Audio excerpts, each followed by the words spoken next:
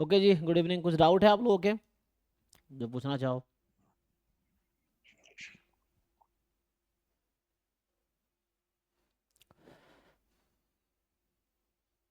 कुछ डाउट पूछना है क्या? नहीं तो फिर ये डाउट क्लास है, अगर कुछ डाउट है तो बताओ, नहीं तो फिर है ना। यस सर, एक मिनट। हम्म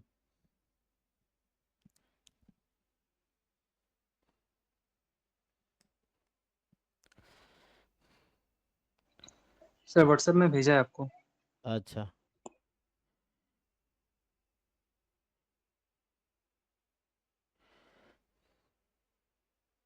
हम्म तो इसमें जो आपने भेजा है कि जॉइंट पीडीएफ दे रखा है ना, और आपसे पूछ रहा है कि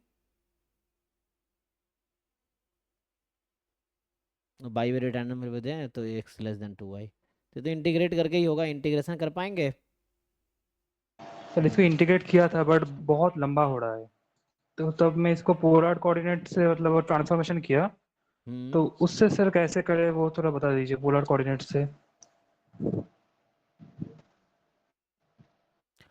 एक्चुअली आपको तो यही करना है। क्वेश्चन है एक्स लेस देन 2y, यही क्वेश्चन है। तो इसका जो होगा डबल इंटीग्रेशन। अब ये ग्राफ देख लीजिए, ग्राफ क्या है। सो अगर x is equal to 2y का ग्राफ बनाएंगे तो y जब 1 है तो x 2 है ना। तो ऐसा हो जाएगा। तो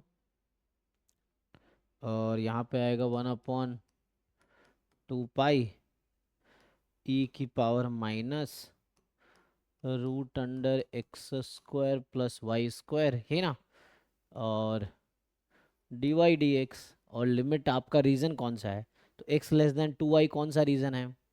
तो ये तो होगा I think x more than 2y, है ना। ये एक्स लेस देन 2y, ये लाइन है x is equal to 2y। So you have this region. So this is your region of integration. अब सपोर्ट तो पूरा रियल नंबर है, अच्छा मतलब ये पूरा है support. So this is also allowed, right. ऐसा कुछ रिस्ट्रिक्शन तो है नहीं। नाउ तो इसको पोलर फॉर्म में कन्वर्ट कर लो, कोई दिक्कत नहीं। सो पोलर फॉर्म में क्या होता है? 1/2 पाई ई की पावर माइनस ये क्या हो गया आर, और डी वाई डी एक्स क्या कन्वर्ट होता है? आर डी थीटा, यही ना। ओके। नाउ इसमें आर की वैल्यू कहाँ से कहाँ, तो यहीं से आ जाएगा ना। एक्स लेस देन 2y है तो एक्स होता है आर कॉस थीटा, और ये होता है आर साइन थीटा।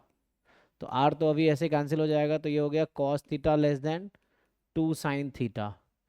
तो यहाँ से कॉस अपॉन साइन कॉट या इधर भेज दोगे तो टैन थीटा। अच्छा, कॉस लेस देन 2 sin ना। हम्म अच्छा, तो हमें क्या चाहिए? हमें थीटा यहाँ से देखना है ना। सो हमें यहाँ से देखना है थीटा कितना है। ये एंगल बता सकते हैं कि आप कितना है? Can you find this angle?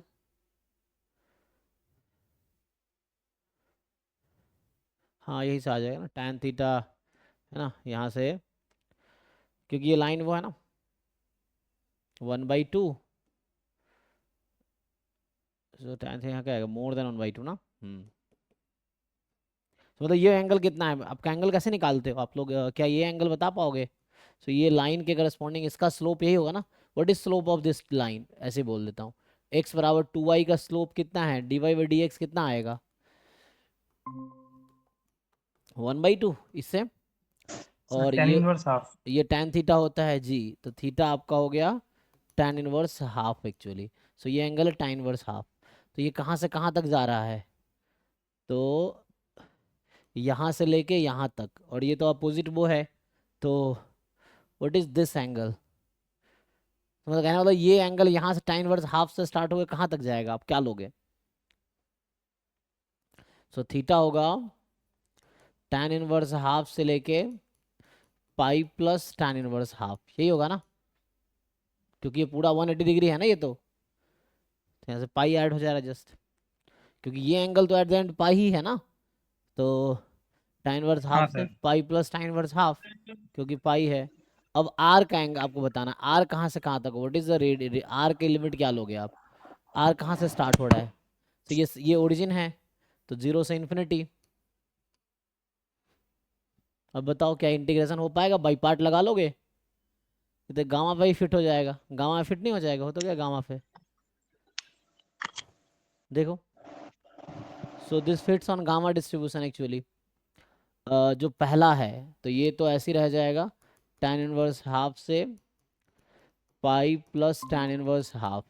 और ये जो पार्ट है इसका इंटीग्रेशन देखो 0 से इन्फिनिटी में 1/2 पाई रहने दो। ये कितना होगा? गामा 2 नहीं है, आर की पावर है ना, 1 है ना यहाँ पे। तो गामा टू कितना होता है? 1। तो 1 आ जाएगा डी थीटा। और ये कितना आएगा? Pi plus this minus this. तो ये तो पाई/2 आ गया। एक मिनट, सॉरी, पाई/2 पाई। तो आंसर तो 1/2 आ गया जी। देखो जरा 1/2 होगा। हाँ सर ठीक है। ठीक है ना?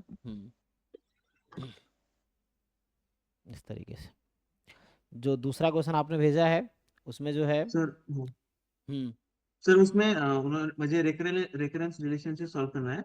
उसको मुझे बस इतना पूछना था कि जो हमारा ये फॉर्मूला रहता है, probability x divided by probability x plus probability y, वो हम इसमें यूज नहीं कर सकते, उससे गलत आंसर आता है। तो क्यों नहीं यूज कर सकते?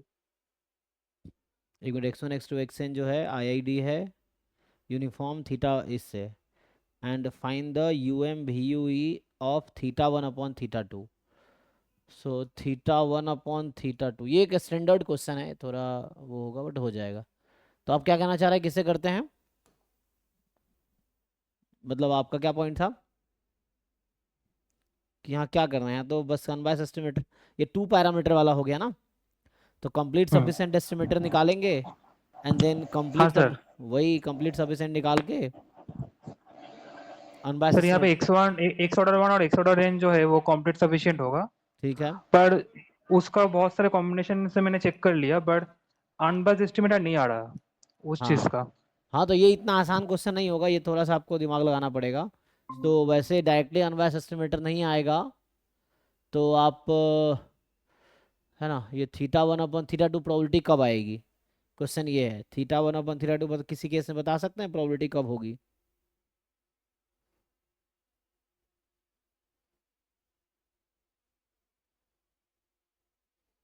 ये एक स्टैंडर्ड क्वेश्चन है, ये मिल जाएगा सॉल्यूशन किसी बुक में, इजीली मिल जाएगा।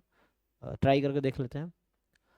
तो हमें मेनली तो वही है कि ऐसा एस्टिमेटर ढूंढना है ना, सम कंप्लीट सफिशिएंट एस्टिमेटर का फंक्शन जिससे θ1/θ2 आ जाए।